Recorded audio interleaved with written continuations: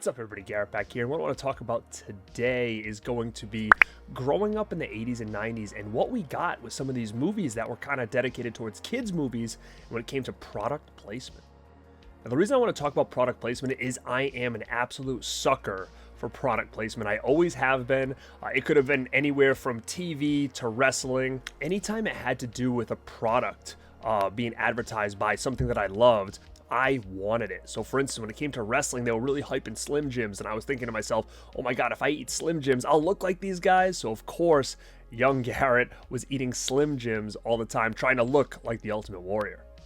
Now, it didn't just stop there. A lot of my favorite movies have a ton of product placement in them. Things like Back to the Future, Teenage Mutant Ninja Turtles, Wayne's World. A lot of these movies have a ton of product placement in them. And it's stuff that it's so nostalgic to me, and I've collected a lot of things through the years that were seen in these movies. So if you grew up during these times and you're anything like me, I mean, I'm sure these things stood out to you as well. Things were advertised all the time. Reebok, Nike, Domino's, Pizza Hut, Pepsi, like these are things that we saw on a regular basis in some of our favorite films. But there was two films growing up that took this to another level. Pretty much like these movies were just glorified 90-minute commercials promoting some of these big brands. So before we get started, let me crack open one of these because we've got more to talk about.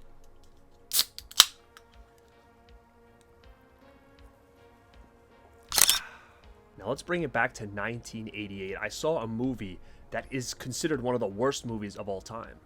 But through the years, this movie has grown a huge fandom, not only by the fans that saw this as a kid, but by more mainstream people like Paul Rudd, who have talked highly about this movie and has gotten so much more eyeballs on it. Now this movie is called Mac and Me, and it bombed at the theater because it was just looked at as an E.T. ripoff. But when I was a kid, I looked at it as an E.T. alternative. Because when I saw E.T. for the first time, my brother and I really didn't like it. And I don't know if we were just a little bit too young at the time, but when it got to the scene where E.T. was like in the water and he was like half dead, and then they brought him back to the house, they took Elliot, and all the scientists were like working on them, that just scared the hell out of us, and we didn't want anything to do with E.T. So when Mac and Me came out, it was a great alternative to us because, again, we weren't really feeling E.T. at the time. And also when you get an alien movie, which is similar to E.T., a little bit more kid-friendly, but when you take that alien sort of like E.T. and you add things like McDonald's and Ronald McDonald, I mean, this thing was super fun. Now, what's so interesting about this movie is a lot of people say it was kind of funded by McDonald's, almost like a huge McDonald's commercial. They deny that, but when you kind of unravel some stuff, they were getting funded by a company that was related to McDonald's at the time. So I do think there was some kind of real big partnership there and some funding because a lot of the profits ended up going into like the Ronald McDonald House and stuff like that. And McDonald's being such a big corporation, you know that they wouldn't just kind of let this thing fly unless there was a real deal in place. Now, I'm sure there's a lot of people out there that absolutely hate Mac and Me, but I absolutely love it. And one of the reasons I love it is because of all the heavy product placement. Like I said, you've got McDonald's in there. There's a full dance scene in there. They're drinking Coke left and right. And it's known for this kind of thing as almost like a 90-minute commercial advertising things like Coke and McDonald's. Now, check out this shirt. I've got this cool Mac and Me shirt. It's actually got McDonald's logo, Coke. It's got the Rosemary's Baby look. This is actually an old school shirt from Studio House Designs. Use code RADPACK at checkout to get 15% off your order. Now, when I saw something like this and the logo's on the side, I knew I had to have it. But not only that, I mean, again, such a huge fan of this movie, I've got VHS tapes, DVDs, Blu-rays, posters, original one-sheets. I've got a lot of stuff that has to do with Mac and Me, including Mac himself. So that was 1988, and as crazy as it is to say, that was my brother and I's E.T. Now, there's another movie which is pretty much the exact same thing in the sense that it was almost like a 90-minute commercial for a couple big companies, and that was 1989's The Wizard with an all-star cast starring Fred Savage, Beau Bridges, and Christian Slater.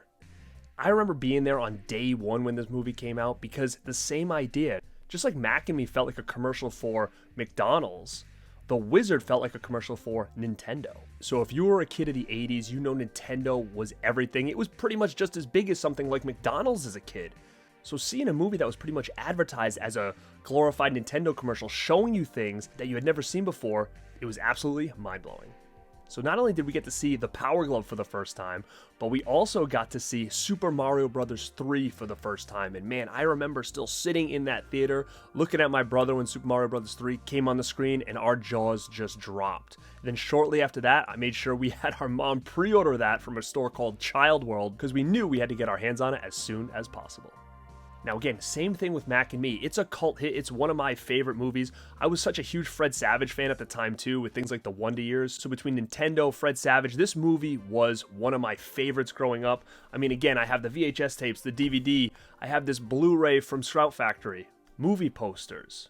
In this movie, things were also heavily advertised, like Universal Studios. They did a whole bit there. So obviously, when I saw that movie, the next thing I want to do is go to Universal Studios as well, because it was the first time I had seen it before.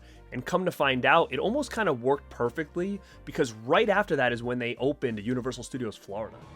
Universal Studios Florida, premiering in Orlando, May 1990. Come see the stars and ride the movies.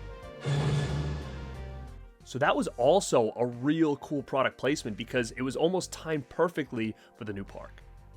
So a couple smaller things that you may not have realized from The Wizard was there's a lot of product placement for a skateboard company called Vision Streetwear. And if you look at the character Lucas, there's this jacket he wears, it's like a long coat, and there's another scene where he's got this gray Vision shirt where it's kind of an all-over print. I have tried to find those two items for so long with no luck. So being a kid of the late 80s, movies like Mac and Me and The Wizard were just so important to you, not only because they really focused on the things that you loved as a kid, video games, McDonald's, theme parks, like, I mean, these are things that they targeted us kids, and I completely fell for it. So you may or may not be a fan of these movies, but you cannot deny how cool it was that you had these movies that felt like glorified commercials. So when it comes time to look and say who did it better, Mac and Me or The Wizard, I would probably have to say The Wizard, because like I said, it was just done so strategically with the release of things like the Power Glove that they really wanted to promote, Super Mario Bros. 3, the Universal Studios theme park in Florida. Like, it was just done so well. So in my opinion, when it comes to product placement, and the biggest product placement movie I can think of as a kid, it's gotta be The Wizard. What are your thoughts on these two movies? Like I said, they're cult hits now, but I'm not sure if the majority of people actually like these movies or not. Now, if you are a fan, let me know some of the other movies that you really loved when it came to product placement growing up. Because when it comes to the 80s and 90s, nobody did it better.